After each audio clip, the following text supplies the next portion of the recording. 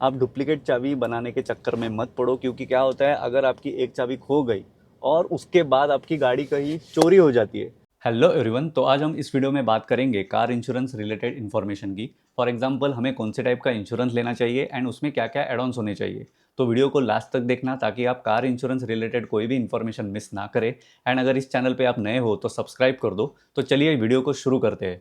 अभी बात करते हैं कि हम लोग जब कार खरीदते हैं तो आपको जो इंश्योरेंस मिलता है उस इंश्योरेंस में आपको कौन कौन से एड ऑन लेने चाहिए और कौन कौन से एड ऑन रहने चाहिए उसमें। क्योंकि जब इंश्योरेंस आपको मिलता है तो डायरेक्टली आपको कंपनी वो इंश्योरेंस देती है, कार कंपनी जो भी है। जब आप इंश्योरेंस रिलेटेड डिस्कशन कर रहे होते हो शोरूम पे, तब आपको कौन कौन से एड ऑन मिल रहे हैं वो आपको चेक करना चाहिए। और अगर कोई एड ऑन मिसिंग है तो वो आपको उसमें ऐड करवाना चाहिए। तो कौन से एड ऑन ऐड होने चाहिए ये मैं आज आपको बताने वाला हूँ। तो फर्स्ट एड ऑन है जीरो डेप्ट। तो अभी दो टाइप के इंश्योरेंस होते हैं, एक होता है अपना ओन डैमेज, ओडी इंश्योरेंस बोलते हैं उसको, और दूसरा होता है थर्ड पार्टी। तो आपको जब नई कार लेते हो तो उसमें आपको 3 साल का थर्ड पार्टी इंश्योरेंस मिलता है और 1 साल का ओडी इंश्योरेंस मिलता है। अभी बहुत लोग क्या बोलते हैं कि zero dep insurance, zero dep insurance. Zero dep ये इंश्योरेंस नहीं होता है, जीरो डेप ये एड ऑन होता है। तो ओडी इंश्योरेंस होता है, उसमें जीरो डेप ये एड ऑन होता है। तो जीरो डेप ऐसा कोई इंश्योरेंस नहीं होता है, ओडी इंश्योरेंस उसमें जीरो डेप एड ऑन होता है। तो मेनली आपको कौन कौन से एड ऑन लेने चाहिए। तो फर्स्ट एड ऑन है जीरो डेप। जीरो डेप में क्या होता है कि गाड़ी अगर आपकी एक्सीडेंटल हो जाती है या फिर किसी भी तरह डैमेज हो जाती है तो उसका जो खर्चा होता है वो आपको सिर्फ फाइल चार्जेस देने पड़ते हैं, बाकी का सारा खर्चा इंश्योरेंस कंपनी पे करती है। जीरो डेप एड ऑन आपको लेना ही चाहिए। सेकंड एड ऑन है इंजन कवर। इंजन कवर के साथ आपको गियर बॉक्स का भी कवर मिल जाता है, उसके लिए अलग से गियर बॉक्स का कवर लेने की जरूरत नहीं है। इंजन कवर आपने ले लिया तो आपको गियर बॉक्स का भी कवर मिल जाता है। थर्ड एड ऑन है आरटीआई। आरटीआई मतलब क्या होता है, return to invoice. Return to invoice मतलब क्या होता है कि आपकी किसी भी रीजन से आपकी गाड़ी अगर टोटल लॉस हो जाती है, टोटल लॉस मतलब क्या कि इंश्योरेंस आप जब निकालते हो तो एक आईडीवी सेट होती है हर एक गाड़ी की। आईडीवी आपकी गाड़ी की समझो 5 लाख है, ओके, और आपकी गाड़ी की रिपेयर करने की जो कॉस्ट आ रही है वो 5 लाख के ऊपर आ रही है, ओके। तो वो गाड़ी टोटल लॉस में कंसिडर होती है। जो इंश्योरेंस वाले आते हैं ना इंस्पेक्ट करने के लिए, वो लोग टोटल लॉस में उसको कंसिडर कर देते हैं। तो उस केस में आपको जो आपने परचेस करते टाइम जो इनवॉइस अमाउंट भरी थी ना, मतलब on road price in short, तो ऑन रोड प्राइस आपको पूरी की पूरी आपको मिल जाती है, ओके। तो इसलिए आरटीआई लेना बहुत जरूरी है, return to invoice. Fourth add on है आरएसए। आरएसए मतलब क्या, रोड साइड असिस्टेंस। आरएसए में क्या होता है कि आपकी गाड़ी अगर बीच रोड में ब्रेकडाउन हो जाती है या खराब हो जाती है और आसपास आपके कोई भी मैकेनिक आपको नहीं मिल रहा है, तो आप लोग पहले क्या करते हो, जिस कंपनी की गाड़ी है उस कंपनी के कस्टमर केयर को कॉल करोगे या फिर आप जिधर सर्विस के लिए गाड़ी देते हो वहाँ पे कॉल करेंगे, ओके।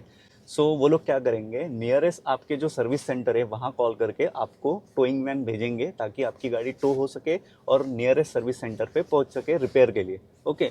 वो जो टोइंग वैन आती है वो आपको फ्री में तो नहीं आएगी, ठीक है, वो पैसे तो लेंगी। और टोइंग वैन का खर्चा बहुत ज़्यादा होता है, डिपेंड्स कि डिस्टेंस कितना है आपका, ओके। तो वो 2,500 भी हो सकता है, 3,000 भी हो सकता है, 5,000 भी हो सकता है, या 10,000 भी हो सकता है, ओके। मैं इससे पहले गाड़ी यूज़ कर रहा था फोर्ड की फीगो, ओके। तो हम लोग की गाड़ी जो है वो पुणे एक्सप्रेस हाईवे पे ब्रेक डाउन हो गई थी, ठीक है। तो वहाँ से हम लोग ने पिंपरी चिंचवड़ तक आई थिंक टोइंग वैन ली थी।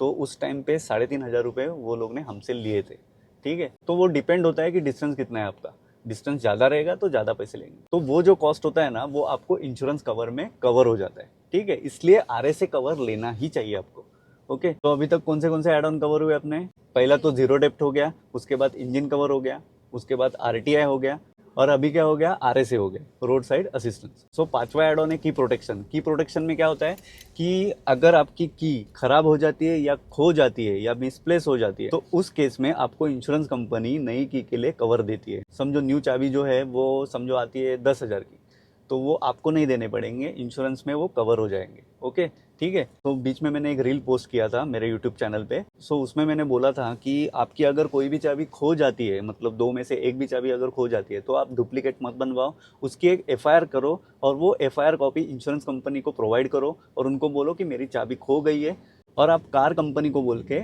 नई चाबी बनवाओ। आप डुप्लीकेट चाबी बनाने के चक्कर में मत पड़ो, क्योंकि क्या होता है, अगर आपकी एक चाबी खो गई और उसके बाद आपकी गाड़ी कहीं चोरी हो जाती है तो उस केस में आपको इंश्योरेंस कंपनी कोई भी क्लेम नहीं प्रोवाइड करेगी, क्योंकि आपके पास दोनों कीज नहीं है, एक की आपकी खो गई है, तो उस केस में आपको इंश्योरेंस क्लेम नहीं मिलता है। तो आपकी चाबी अगर किसी कारण मिसप्लेस हो गई या डैमेज हो गई या खो गई तो आप इंश्योरेंस क्लेम लेके नई चाबी बनवाओ, ठीक है। सो नेक्स्ट एड ऑन है cost of consumables. So cost of consumables में क्या होता है कि आपकी गाड़ी कभी डैमेज हो जाती है, एक्सीडेंटल हो जाती है, तो उसको रिबिल्ड करने के टाइम पे छोटे छोटे कंज्यूमेबल्स पार्ट्स लगते हैं। ओके, तो उस पार्ट्स की भी कॉस्ट जो है वो इंश्योरेंस क्लेम में कवर हो जाती है। ठीक है, इसलिए वो जो कॉस्ट ऑफ कंज्यूमेबल वाला जो एड ऑन है वो आपको लेना ही चाहिए, क्योंकि इस छोटे छोटे कंज्यूमेबल्स की प्राइसेस भी बहुत हाई होते हैं, इसलिए वो आपको लेना ही चाहिए।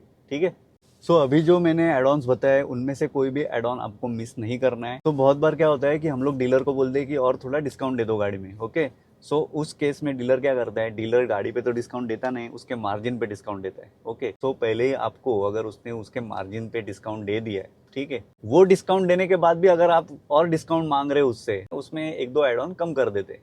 तो एड ऑन जैसे आपके कम होंगे वैसे आपकी इंश्योरेंस की प्रीमियम जो है वो अपने आप कम हो जाएगी।